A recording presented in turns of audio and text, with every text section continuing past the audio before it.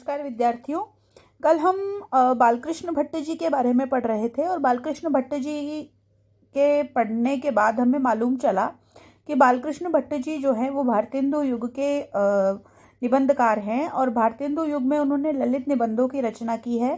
साहित्य जनसमूह के हृदय का विकास है में उन्होंने साहित्य का धीरे धीरे उत्तरोत्तर कैसे विकास हुआ इस बारे में हमारी चर्चा हो रही थी।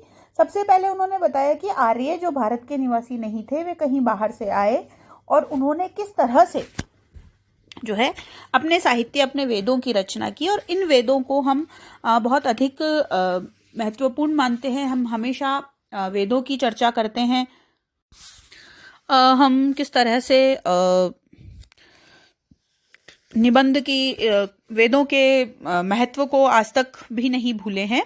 संकलित निबंध जो है वो भट्ट जी का बहुचर्चित निबंध है। यह साहित्यिक और सामाजिक निबंध की श्रेणी में आता है, ऐसा मैंने आपको बता दिया था। इसमें लेखक ने यह प्रतिपादित किया है कि साहित्य मानव समाज के हृदय का अभिव्यक्त रूप होता है। लेखक की यह स्वीकारोक्ति संदर्भ में उल्लेखनीय है कि प्रत्येक देश का साहित्य उस देश के मनुष्यों के हृदय का आदर्श रूप होता है। इस उक्ति का विश्लेषण करने पर 3 तथ्य सामने आते हैं। पहला यह कि साहित्य अपने समाज का ही व्यक्त रूप होता है। दूसरा यह कि साहित्य में मानवीय समुदाय की हृदयगत अनुभूतियों की व्यंजना होती है। और तीसरा यह कि प्रत्येक देश का साहित्य अपने समय, अपने परिवेश और अपने जीवन का व्यक्त रूप होता है। देखिए, ये जो निबंध है इसमें बताया कि साहित्य जो है वो अपने समय से कटकर नहीं जी सकता। और आगे हम जब पढ़ रहे थे तो उन्होंने ये बताया था, बड़ी स्पष्टता से भट्ट जी ये बात व्यक्त करते हैं कि जैसे है ना, आर्य आए, उन्होंने सूर्य को उगते हुए देखा, चंद्रमा को अस्त होते हुए देखा, उन्होंने देखा कि इंद्र पानी देने वाला देवता है, उन्होंने देखा कि अग्नि जो है वो इस समय सबसे अधिक शक्तिशाली है। तो उन्होंने इन सभी जो हमारे उपादान थे, ये जो सभी कारक थे, इस पर रचनाएं की, वायु पर रचनाएं की, और ये सभी ऋग्वेद और सामवेद की पावन ऋचाएं हो गई। वे उनमें क्योंकि कृत्रिमता नहीं थी, उनमें भावुकता थी, उनमें किसी तरह की कपट, बनावट और कुटिल बर्ताव नहीं था, इसलिए उनका जो साहित्य है वो सीधा भोलापन का, सीधाई का साहित्य है। उदार भाव उनके साहित्य के एक एक अक्षर से टपक रहा है। फिर उन्होंने ईसा वाला जो है उदाहरण दिया था। अब हम आगे चलते हैं। इन्हीं प्राकृतिक पदार्थों का अनुशीलन करते करते इन आर्यों को ईश्वर के विषय में जो जो भाव उदय हुए, वे सब एक नए प्रकार का साहित्य उपनिषद के नाम से कहलाए, है ना। फिर धीरे धीरे जब एक नया प्रकार का इन्हीं सभी चीजों पर भाव जागृत हुआ तो ये सब साहित्य क्या कहलाया? उपनिषद का साहित्य कहलाया। धीरे धीरे ईश्वर के विषय में उनके जो जो भाव उचित हुआ, भाव लगा उनको, तो वो उपनिषद का साहित्य कहलाया। जब इन आर्यों का समाज अधिक बढ़ा और लोगों की रीति नीति और बर्ताव में विभिन्नता होती गई, तब सभी को एकता के सूत्र में बद्ध रखने के लिए और अपने अपने गुण कर्म से लोग चल विचल हों, सामाजिक नियमों को आपस में एक दूसरे की हानि न पहुंचाए, इसलिए स्मृतियों का जन्म हुआ। स्मृतियों में क्या बनाए गए? नियम बनाए गए। स्मृतियों में देखिए, अरस्तु ने एक बात कही है, मैं आप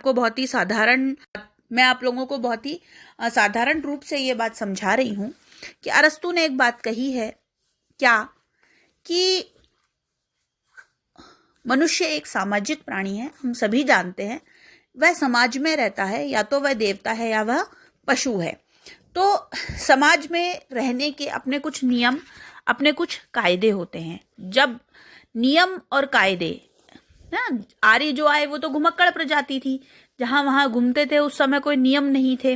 लेकिन जब इन लोगों का समाज अधिक बढ़ा और नियमों के, हर व्यक्ति को अपने नियमों में रखने की बात आई, सामाजिक नियमों में रखने की बात आई, जिससे एक दूसरे को हानि न पहुंचाई जाए, इसलिए स्मृतियों के साहित्य का जन्म हुआ। स्मृतियां बनी। मनु, अत्रि, हारीत, याज्ञवल्क आदि ने अपने अपने नाम की संहिताएं बनाई। विविध प्रकार के राजनैतिक, सामाजिक और धर्म संबंधी विषयों का सूत्रपात किया ना। जैसे मनुस्मृति है, ठीक है ना, मनु स्मृति है, याज्ञवल्क्य स्मृति है, आचाराध्याय है उसमें पूरा, और उसमें बताया गया है कि यहाँ तक बताया गया है इन स्मृतियों में कि आपको मूत्र विसर्जन किस तरीके से करना है, विवाह में क्या करना है, पुत्र कैसे उत्पन्न होगा, पुत्री कैसे उत्पन्न होगी, पुत्र की शादी कैसे करनी है, पुत्री की शादी कैसे करनी है, इन सभी विषयों के बारे में इन सभी जो संहिताएं हैं उनमें जिक्र है। तो विविध प्रकार के राजनैतिक, सामाजिक और धर्म संबंधी विषयों का सूत्रपात किया।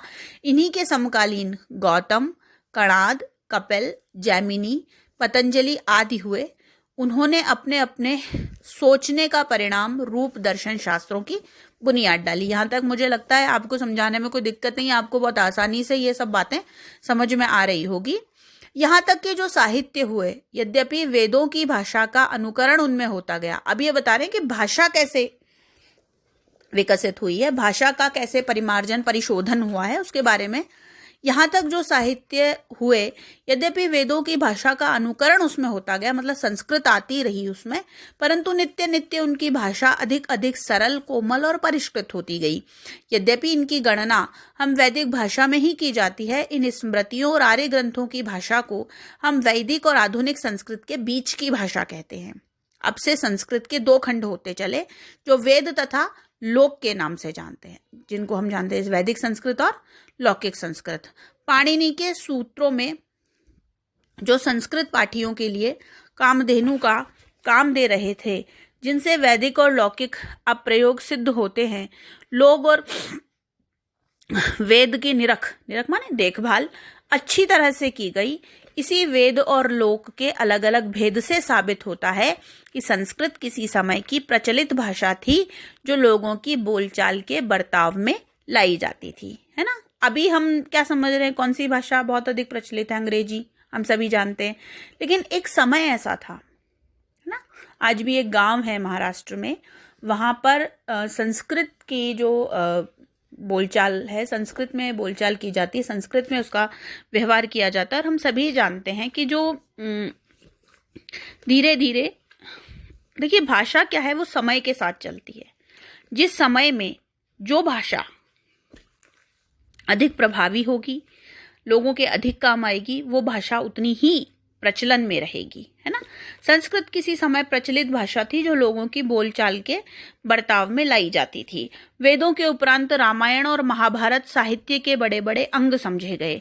रामायण के समय भारतीय सभ्यता का प्रेमोच्छ्वास परिप्लावित नूतन यौवन था, किंतु महाभारत के समय भारतीय सभ्यता क्षतिग्रस्त हो वार्धक्य भाव को पहुंच गई थी, बुढ़ापा आ गया था भारतीय सभ्यता का भी।